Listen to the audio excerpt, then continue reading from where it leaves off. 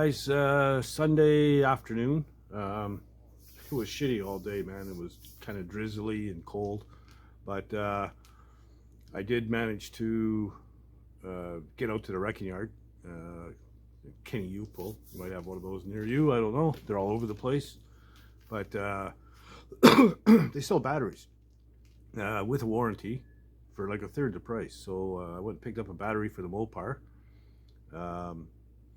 And I had already bought the new alternator for it because it wasn't charging last year. The alternator was pooched.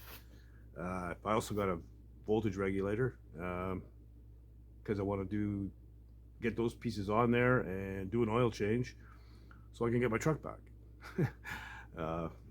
Because sharing is not my thing.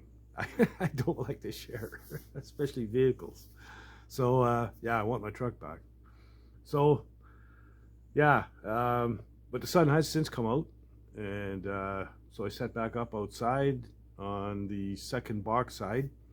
I have already stripped well, you can see it in the background there, the one box side. So I want to get the other one done, ready. So that'll give me all the three pieces for the box, and I figure out the braces and all that stuff for the floor, and go from there. So I'm just gonna plug away and get at it, and yeah, might as well just get to it, man. All right, I'll go over this real quick. So the just finished putting that in. So nice and shiny, eh? Anyway, I haven't fired it yet, but I'm confident. And then there's the battery I picked up. They wanted $70 plus $22 for a core charge. Well, I got batteries laying around all over the freaking place that are no good. So I said, okay, I'll be right back. I'll head back home and go grab one of my batteries. Jump in the truck and I head down the road, and I realized, that's what I was using for weight in the back of the truck for the winter. So I had the batteries with me. So just grabbed one, 22 bucks. I mean, they only give you 8 bucks for scrap. So 22 bucks is a good deal. Anyway, did that, and of course that's the factory battery hold down. Yeah, right. Anyway, see if it works.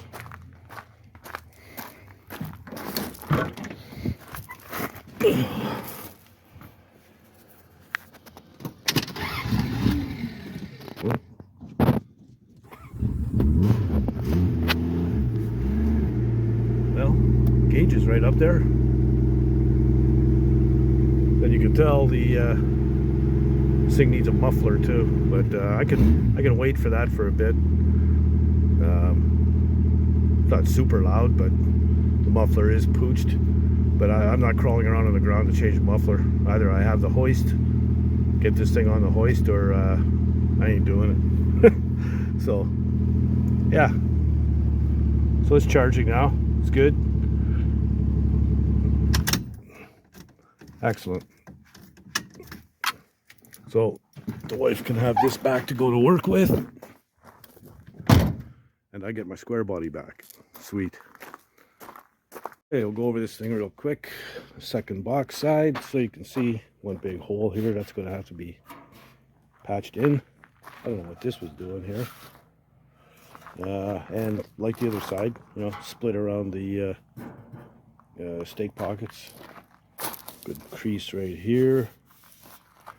Got a couple whacks there, and some bubble gum welding around this stake pocket. It's going to have to be cleaned up. I'm going to get rid of this strip all the way, and yeah, bunch of hammer and dolly work to do. So I guess I'll get on stripping it first, and we'll get this strip off here and figure out what I'm going to do with this here, how far I have to go. I imagine it's pretty thin underneath, so we'll know when we cut it all out. Okay, hey guys, it's Monday afternoon. This morning was shot. I had to go buy a brand new grill. Not the kind of grill you're thinking of. My daughter needs braces, so yeah, so she's got more chrome in her mouth than a 58 Buick right now. But anyway, got that done, and I had to do an oil change in the car, the Mopar.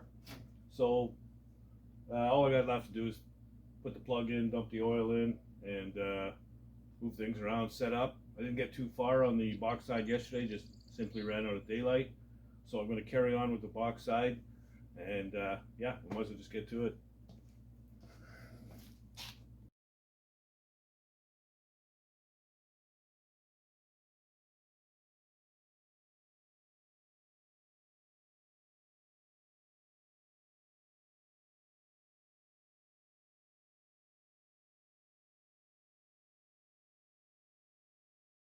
Okay, I hadn't realized that I had stripped this much of the outside of the box. That was before.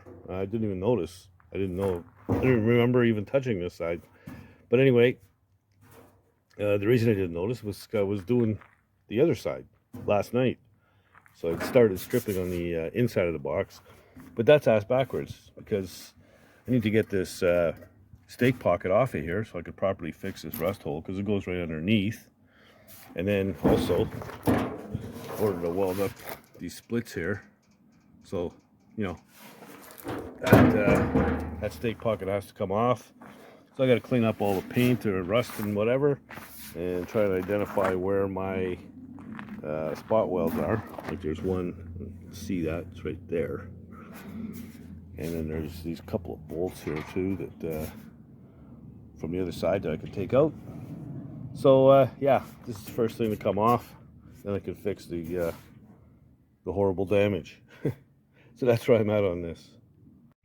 All right, so there's the stake pocket. Just cut off. And, you can see where I had to drill out rivets and all that stuff. Shoot it up pretty good, but whatever. I've marked out where I'm going to cut and get rid of, and I'll cut a patch for it, and we'll weld it in, and that's simple. But this thing is really bent out of shape, man. It's like it's rough. It's going to take a lot of work with a hammer to straighten this thing out. But anyway, I'll get going on this patch first. All right, so before I get into the patch, I just want to show you how badly warped this thing is. I mean, that's supposed to be a straight edge. it's bubbled out like, I don't know, 2.5 inches, and it's all away. So yeah, this is going to be a bitch to straighten out, man. But I'm going to have to beat on this thing like it owes me money for sure. Anyway, okay, so I took the patch out. There it is. So that belongs over there. And I just stopped short of coming to the bended lip, or bent lip. Why bend a piece if I don't have to? The metal's good here. So I'm going to just put a piece of cardboard in from underneath, trace it around, and then cut it and transfer it to a piece of metal. But before I do that, I have to flip this over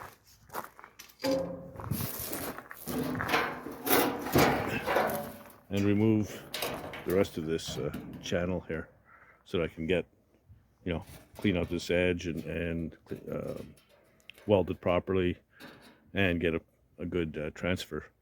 So yeah, that's my next thing. Flip it over and get rid of this this lip here. So that's where I'm at. Okay, so here's my piece. Now I'm good on this edge, and I'm good here. And this side here is also good. There's a gap there, not bad. But it's snug, tight at the front or top, and it's actually overlapping quite a bit here. So what I'm going to do is I'm going to ride along this edge with my disc, and I'm going to be cutting the bottom at the same time. So it's basically like a double cut. And then I know it's going to be good. So here we go.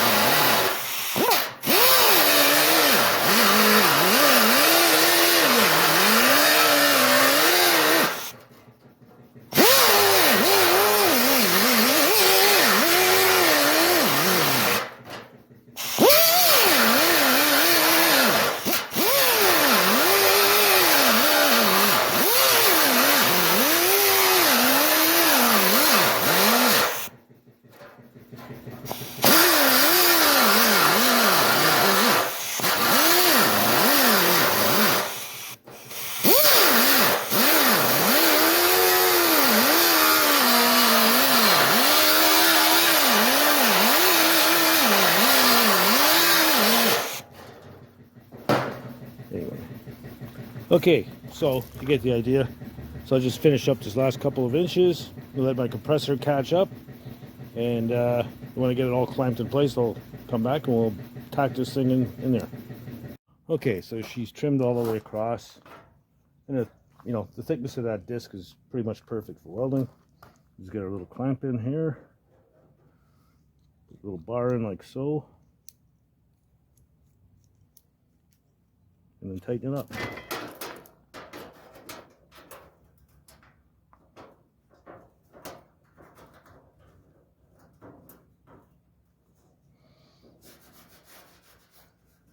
There we go. Okay, the welder on.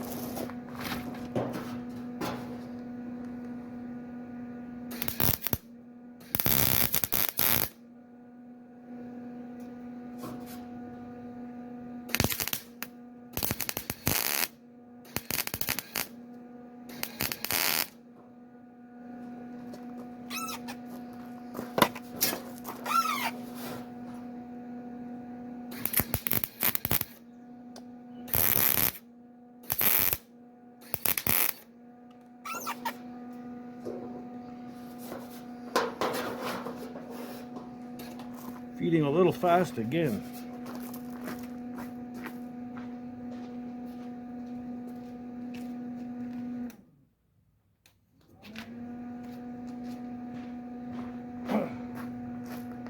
My old MIG pack is getting tired. Constantly adjusting things.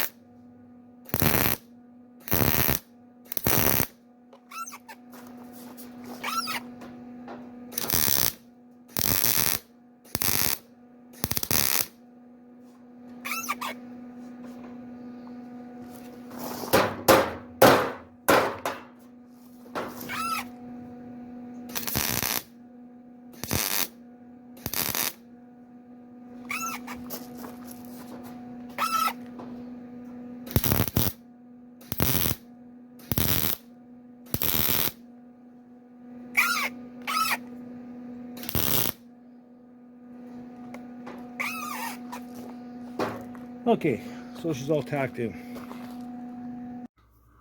All right, so there you go. That box side is tough, man. There's a ton of work left to do on that thing yet. So yeah, I'm not gonna get too much further tonight. It's what, it's 20 after 7, so it's gonna be dark in another hour. I might get a little bit more welding done on that patch. Yeah,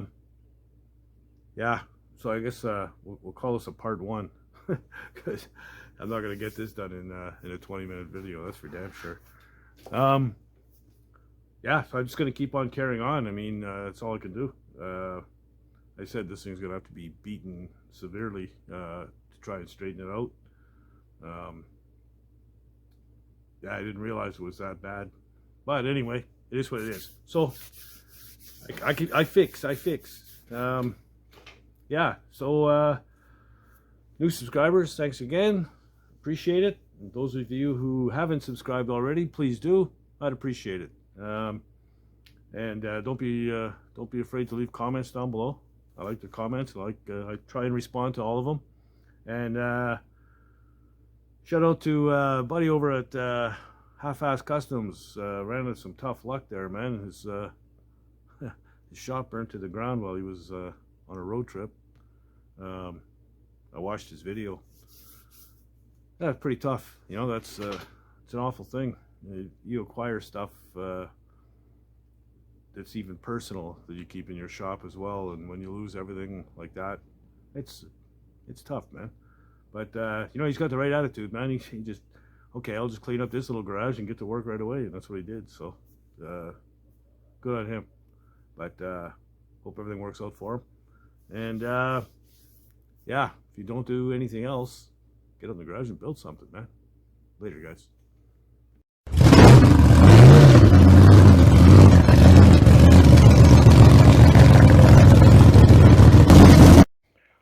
Okay, so people ask me why do you drink? Well, I drink for the cardboard. It's pretty obvious.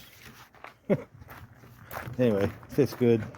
I did put the orientation in it. That's the arrow pointing up, so I don't get mixed up after. There we go. We'll just transfer it, trace it, cut it out, weld her in.